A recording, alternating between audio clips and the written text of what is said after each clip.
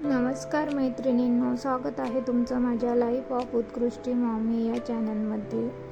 आता मुलं शाळेत गेलेले आहेत आणि त्याच्यानंतर मग मी घर आवरायला घेतलेलं आहे. सर्वात पहिले तर सगळे सोफे वगैरे झटकून घेतले आणि त्याच्यानंतर मग सगळं घर वगैरे छान झाडून काढलं.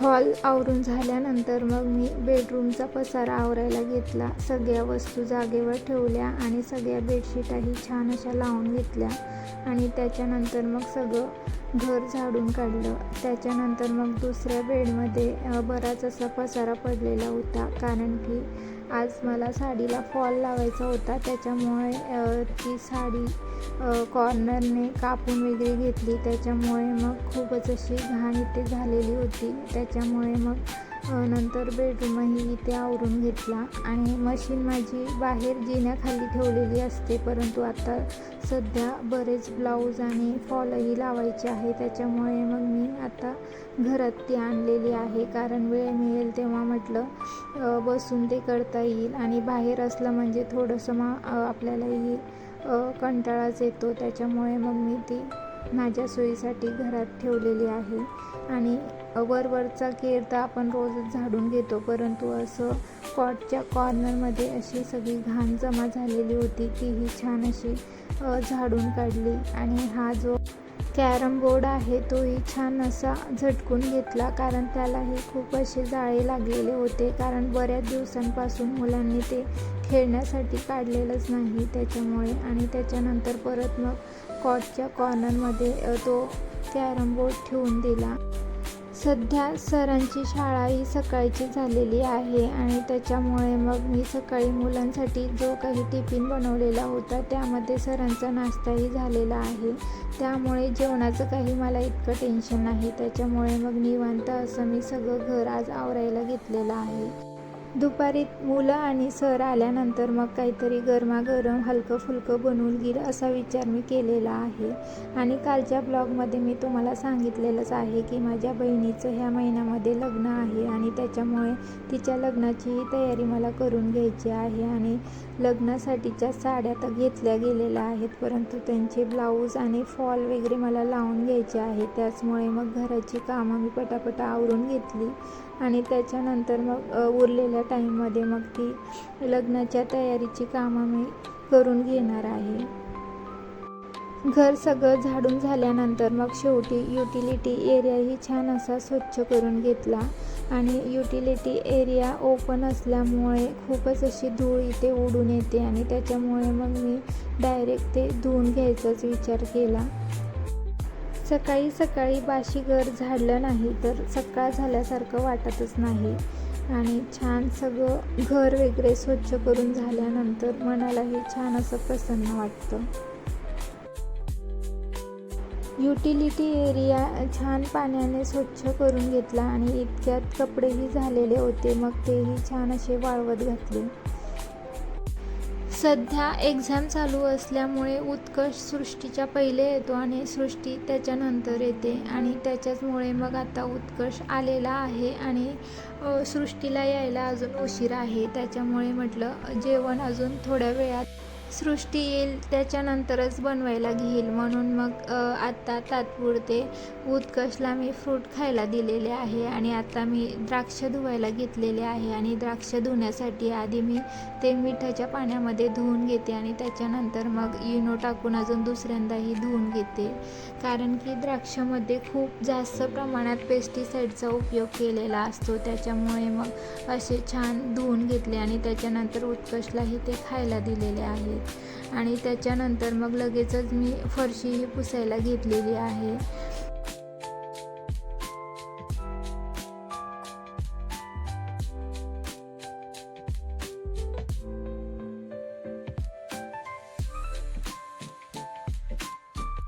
हा जो बेसिंगच्या खाली ग्रीन कलरचा छोटासा स्टूल आहे तो मी उत्कर्षच्या जन्माच्या पहिलेच घेतलेला होता आणि सहज कॉलनीमध्ये एक दादा ते विकायला आलेले होते आणि त्याचं कलर आणि क्वालिटी मला आवडली आणि सहज घेऊन टाकला आणि त्याचा उपयोग मी कशासाठी करेल हे मलाही माहीत नव्हतं, परंतु आता उत्कर्ष त्याचा इतका उपयोग करून घेतो की त्याला जर पाणी जर प्यायचं असेल तरी तो स्टूल घेऊन जातो, त्याचप्रमाणे हात धुवायचा असेल तरी त्या स्टूलचा उपयोग करतो, म्हणजे त्या स्टूलचे पूर्ण पैसे वसूल झालेले आहेत. सगळ्या रूमची फरशी वगैरे पुसून झालेली आहे आणि फायनली असं सगळं घर माझं आता स्वच्छ झालेलं आहे.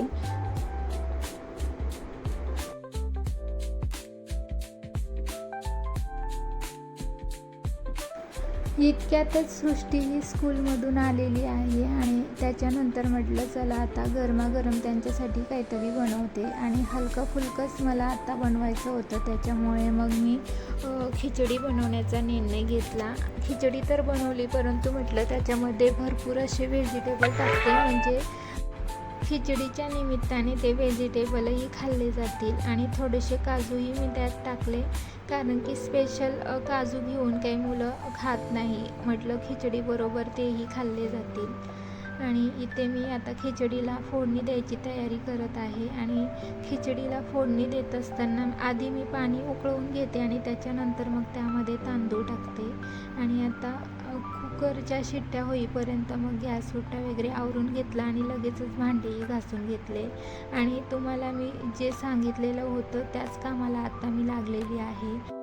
बहिणीच्या लग्नासाठी ज्या साड्या मला घेऊन जायच्या आहे मग त्याच साड्यांची प्रेस करायला मी घेतलेली आहे आणि साडीची लेंथ आपली जास्त असते आणि त्याच्यामुळे मग ती इस्त्री करायला थोडी अवघड वाटते, त्याच्यामुळे मग अशी डबल मी फोल्ड करून घेते आणि अशी इस्त्री करून घेते आणि ती मला सोयीस्कर वाटते. त्यानंतर मग साडीला फॉलही लावायला बसली. इतक्यात मग सृष्टीची जी मैत्रीण होती ती मला बोलवायला आली की आपल्या कॉलनीमध्ये आंटीन ते BC लावत आहे, तर तो मलाही बोलवलेला आहे आणि त्याच्यामुळे मग एका साडीचा फॉल लावून मी पूर्ण केला आणि त्यानंतर मग BCच्या ठिकाणी मी गेली आणि तिथे त्या ताईंच्या आंब्याच्या झाडाला छान असे आंबे लागलेले होते आणि मग इथे सगळ्या ताईंच्या अशा चिठ्ठ्या काढणं चालू होतं आणि लहान मुलं ती चिठ्ठी उचलत होती आणि गुड लक म्हणजे असं की पहिली चिठ्ठी माझ्याच नावाची लागली आहे. घरी आपण कितीही बचत करायचं सांगितलं तरीही ते काही शक्य होत नाही, कारण काही कामानिमित्त आपल्याला पैसे लागले म्हणजे आपण त्याच बचतीमधून मग ते खर्च करत असतो.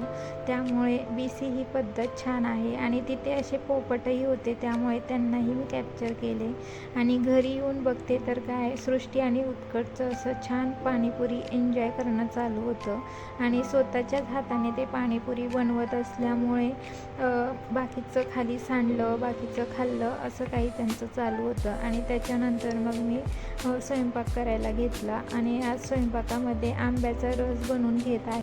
ज्या दिवशी मी आंब्याचा रस बनवते त्यावेळेस स्वयंपाकात सर्वात पहिले आंब्याचा रस बनवून घेते आणि त्याला थोडा वेळ तरी मी फ्रीजमध्ये ठेवते, कारण की आमच्या घरामध्ये सर्वांनाच थंडगार आंब्याचा रस खूपच आवडतो आणि सध्या एक्झामही चालू होती, त्यामुळे मग उत्कर्षला इथेच मी वरती गॅस ओट्यावर बसून घेतलेला आहे आणि इथेच त्याचा अभ्यासही घेत आहे आणि दुसऱ्या साईडला माझा स्वयंपाकही चालू आहे आणि मी वरती स्वयंपाक करत होती तर सारखं मला खाली ते सांगणं थोडंसं अवघड जात होतं, त्यामुळे मग मी वरती त्याला गॅस ओट्यावर बसून घेतलेला आहे आणि गॅस ओटा थोडासा मोठा असल्यामुळे आपल्या गॅस शेगडीपासून त्याला थोडंसं लांबच बसवलेलं आहे. आणि उत्कर्षला सध्या अभ्यासाबद्दल जास्त उत्सुकता वाटत आहे आणि ते का बरं वाटत आहे ते मी तुम्हाला सांगते. झालं असं की आधी मी त्याला सिंपलच पेन्सिल वापरायला द्यायची आणि दीदीकडे लीड पेन्सिल असल्यामुळे त्याला ही लीड पेन्सिल हवी होती आणि त्याच्यामुळे मग त्याला ही नवीन लीड पेन्सिल आणून दिल्यानंतर मग नवीन वस्तूबद्दलची उत्सुकता काहीतरी जास्तच असते, त्याच्यामुळे त्याचा अभ्यासामधला इंटरेस्ट थोडासा वाढलेला आहे. आणि मला असं वाटत होतं की ही गोष्ट जर मला पहिले माहीत असती तर मी आधीच घेऊन दिली असती, कारण की रोज इतक्या विनवण्या करूनही तो अभ्यास करायचा नाही. आणि जर अशी लीड पेन्सिल मी आधीच त्याला दिली असती तर मग रोज असं विनवण्या करायची गरज पडली नसती. वस्तू काउंट करणं किंवा शेप ओळखणं हे तर त्याला येतं, परंतु थोडंसं नियर आणि फार याच्यामध्ये त्याची जम्बलिंग होती. आणि त्याच्यामुळे तेच मी त्याला समजवून सांगत होती की नियर जर असलं तर जवळ आणि फार जर असलं तर लांब असतं.